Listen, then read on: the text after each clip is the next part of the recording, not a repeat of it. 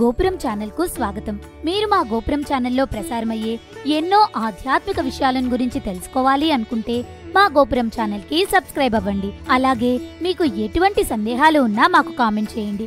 మీ సందేహాలను మేము నివృత్తి చేస్తాము. ఈ రోజు మనం తెలుసుకోబోయే ఆధ్యాత్మిక విషయం శ్రీ ధనలక్ష్మి అమ్మవారి కటాక్షం పొందాలి అంటే ఏం చేయాలి అన్న విషయం గురించి తెలుసుకుందాం.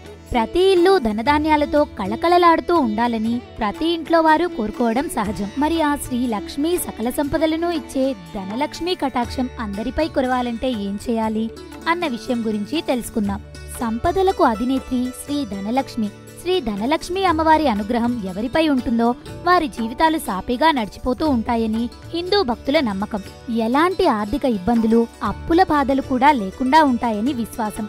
సంపద ఉంటే ఆరోగ్యంతో పాటు అన్ని సుగుణాలు కలుగుతాయి.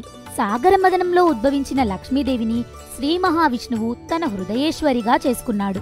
ఆమె కటాక్షం కోసం మనం అనేక పూజలు, వ్రతాలు చేస్తూ ఉంటాం. శుచి, శుభ్రత, నిజాయితీ కలిగిన ప్రదేశాలలో ఆమె ప్రవేశిస్తుంది. పూజా మందిరంలో ఎల్లవేళలా దీపం వెలుగుతున్న ఇంట్లో ఆమె ప్రవేశిస్తుంది. శ్రీ మహావిష్ణువును పూజించే వారిని అనుగ్రహిస్తుంది. అందుకే శ్రీ రామావతారంలో కోదండరామునికి హితోధిక సేవలను అందించిన విభీషణుడు హనుమంతుడికి చిరంజీవులుగా ఉండమని శ్రీరాముడు సీతాదేవి సమేతంగా వరాన్ని ఇచ్చాడు. హనుమంతుడికి భవిష్యత్ బ్రహ్మవరాన్ని ఇచ్చినది అమ్మవారు కావడం విశేషం. గృహంలో ప్రశాంతత అనేది తప్పనిసరిగా ఉండాలి. అదేవిధంగా మహిళలను గౌరవించడము, తెల్లవారుజామునే లేవడము, పూజాధికాలను క్రమం తప్పకుండా జరపడం ద్వారా లక్ష్మీదేవి అనుగ్రహాలకు పాత్రులు కావచ్చు. ఇంటికి సిరి ఇల్లాలు. ఇంటి ఇల్లాలు సంతోషంగా ఉంటే ఆ ఇంట్లో లక్ష్మీ కళ ఉట్టిపడుతుంది. అందుకే ఆమె మనసును ఎటువంటి పరిస్థితులలోనూ నొప్పించకూడదని ధర్మశాస్త్రాలు పేర్కొంటున్నాయి. ఆమె కంటతడి పెడితే లక్ష్మీదేవి వెళ్లిపోతుంది.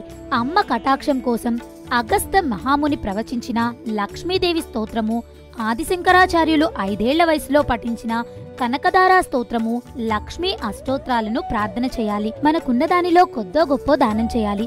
ఇలా చేసిన వారికి శ్రీ మహాలక్ష్మి అనుగ్రహం ఎల్లవేళలా ఉంటుంది. ఇంటికి వచ్చిన వారిని మర్యాదగా పలకరించి వారికి కావలసిన మర్యాదలు చేయడం వల్ల లక్ష్మీదేవి సంతోషిస్తుంది. ఇక ఆ ఇంటికి ధనలక్ష్మీదేవి కరుణా కటాక్షాలు మెండుగా ఉంటాయని పండితులు నొక్కి చెప్తున్నారు. ఇంట్లో ఆనందంగా ఉంటే ఆ ఇంటికి లక్ష్మి సిరులను కురిపిస్తుంది. లక్ష్మీ కళ ఎల్లవేళలా ఉట్టిపడుతూ ఉంటుంది. ఓం శ్రీ లక్ష్మీదేవియే నమః. ఓం శ్రీ మహాలక్ష్మీదేవియై నమః. సర్వే జనా సుఖినో భవంతు. సమస్త సన్మంగళాని భవంతు. లోకా సమస్తా సుఖినో భవంతు.